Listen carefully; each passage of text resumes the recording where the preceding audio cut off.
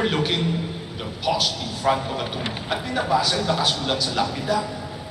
Nagulat lang ako the moment they read it, takbuhan. Tinuro sa iba, nilapitan, binasa, takbuhan ba isa, what's going on? So lumapit ako, binasa ko nakasulat. Palagay ko ako yung may nakamabilis na pag-alis doon sa harapan ng lapida. Kasi ang nakasulat simple lang, ako ngayon, ikaw bukas. Kaya harapin ang katabi, tignan na may mga namumungay na mata, at may lambing sabihin sa kanyang kapatid, mamamatay kami. And this is something that we forget. Tama si Carlo Acutis at the age of 15, incredibly great for having understood that whatever we have on this earth are just pahiram, and that our true homeland is in heaven. Kaya maganda na sa buhay mo, you realize that when you begin to truly give, you begin to mirror your God-lover and giver. Na sa mundong ito, ang tunay na kaligayahan is when you begin to search first to make others happy. Kaya tanongin mo, ano bang gifts mo? Kahapon ay celebrated the Mass for George the 7th anniversary niya ng kamatayan. And one of the children, one of the grandchildren, siyang nagpasa. Wow! Boses na bariton, English na, parang English ni Brother Bo. Kasi para sa mga taga-Ateneo, hindi kayo nagsasabing taxi, cab. Pag sinabi mong to, wala yan, as well. Yung mga ganun estilo. You know, I listened to him. He wasn't just reading, he was proclaiming. Iba yun sa mga nagbabasa. Kasi pinakikinggan ka namin and we feel like hindi mo lamang nabasa, inangkin mo itong gusto mong ipahayag sa akin. And that is when you begin to be truly effective. Kung marunong kang kumanta, please be a member of the choir. And there is one thing that we Catholics are kulang, which I'm seeing very strongly at the feast conferences. Ano yun? Sunshine Caroling. Those who doon pa lamang sa pintuan, parang ramdam na ramdam mong welcome ka. Tuwang-tuwang makita ka. Talagang halos bumalakpak sa Panginoon because you have come, you made it to this feast. Kasi nakakalungkot sa mga Katoliko. Isang oras mo ng katabi, hindi ka man lamang matignan. Kung titignan ka, baka masama pantingin sa'yo.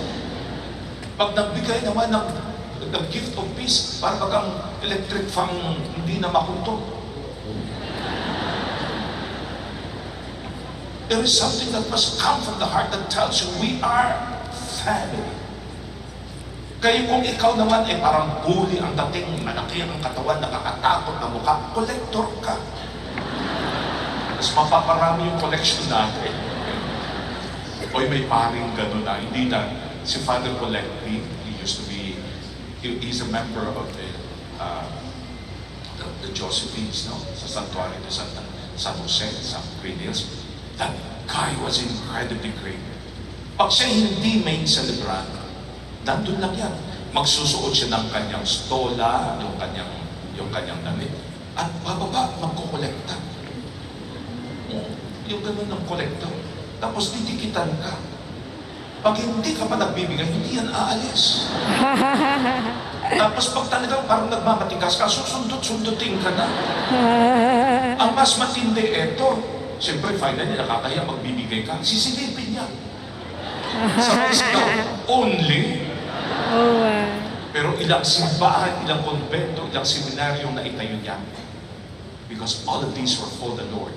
And he wasn't ashamed to make it possible for people to give, because that is part of the nature of the God creator, to be a lover and to be a giver. My dear friends, brothers and sisters, everything that we have in this world are meant for God's greater glory. But I will have to warn you, usapang matino, that every good thing is done for the right reason. Jacket. Ba't kayo nandito? Ba't kayo nagsiserve? Father, para makita.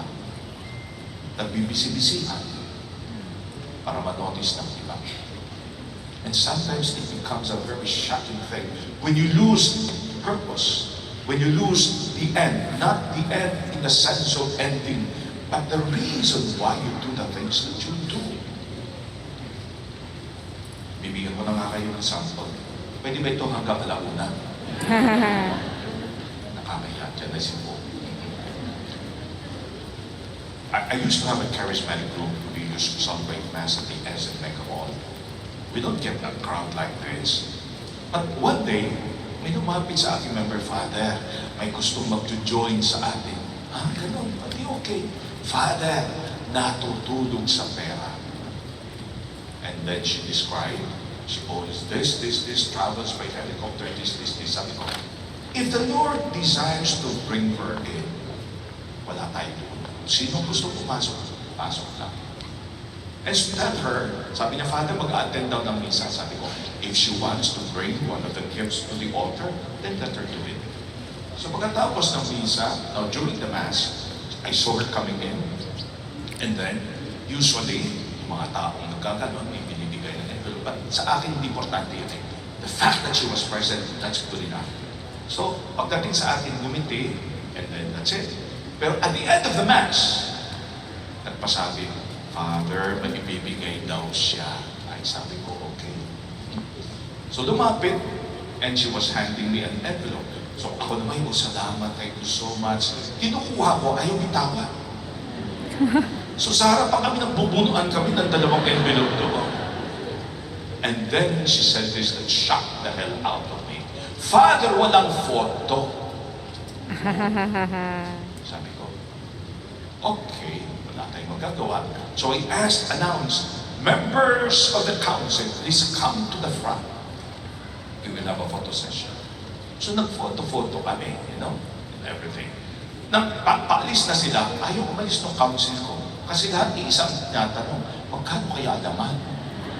At kailangan pa ng photo. O sa awan ng Diyos, talagang hindi sila umalis until we open it up. 5,000 pesos. Sabi ko, parang medyo hindi tama. It was a good thing to contribute. It was a wrong thing to do it for the wrong reason. My dear friends, I really hope that you go towards that idea of me, why am I here? It is because I would like to be a part of God's family that contributes to the building of the Christian people. Sino sa inyo ang naglalaro ng poker? Blackjack. Lucky Nine. Solitaryo na nga lang, solitaire na nga lang. Here is my message. In the game of life, you sometimes lose, you sometimes win. But whatever your card is, may it be clubs, diamonds, or spade, never play without the heart. Kasi doon nakabase ang lahat. Sa isang pusong handang magmahal, sa isang pusong handang magsakripisyo, sa isang pusong alam that nothing becomes more important than real love.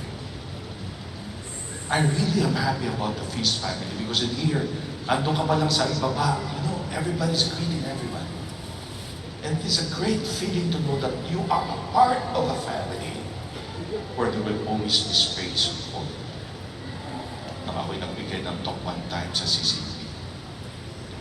Nagulat ako, sinabi ko ito kay Bumbo, I see a lot of white people.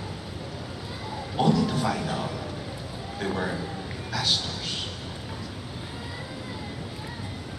And if your Christian group sees not the difference, but the commonality of us all, searching for the same God that brings happiness to everyone's heart, you're probably at the right church.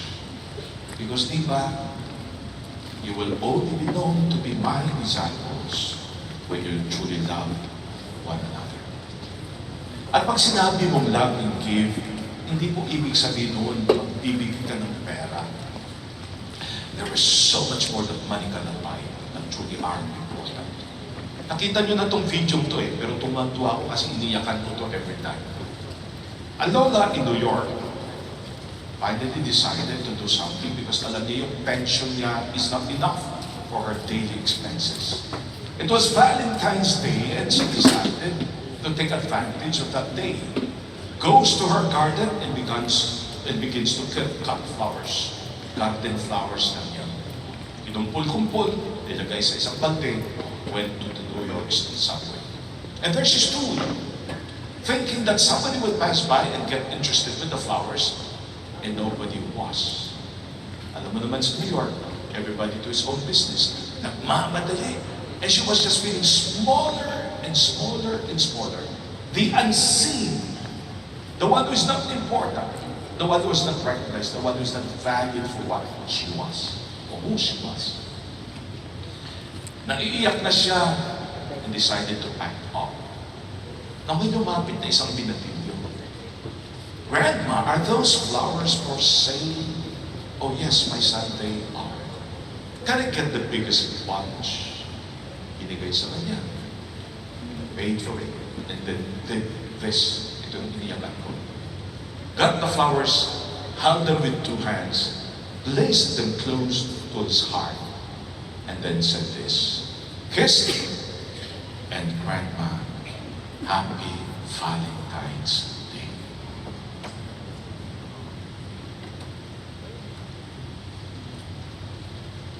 It wasn't much.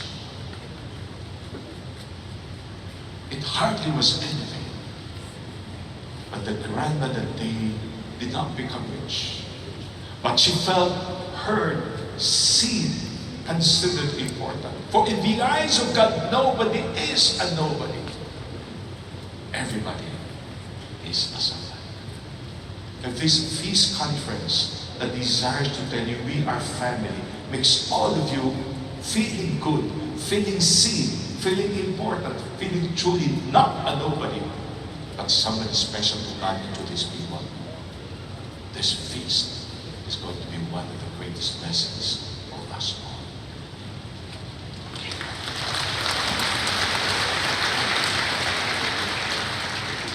Alam niyo, sabi nga nila, our lives in the end will not be defined by how much money we have amassed, not by the height of our position, not by the power we hold in our hands. It will not be because of the fame we have achieved. It will only be defined by what others have become because of us. Never let a day pass without making someone feel you are important, you are loved, people care for you, and there is a God who truly is a God who loves. I end up with a phrase. Gusto ko to.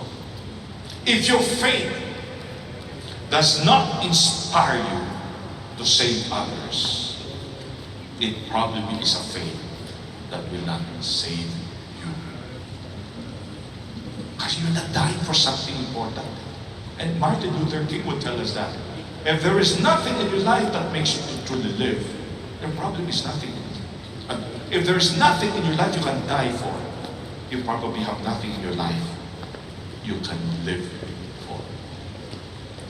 And then the final phrase. I sought for the Lord I did not see. I sought for my brother seems to elude me. I sought for myself I did not find. But when I finally sought for my brother, I found all three. My God, my brother, and me. Huwag niyong palampasin itong araw na ito without making somebody feel loved, feel family, feel important. God bless you. Amen.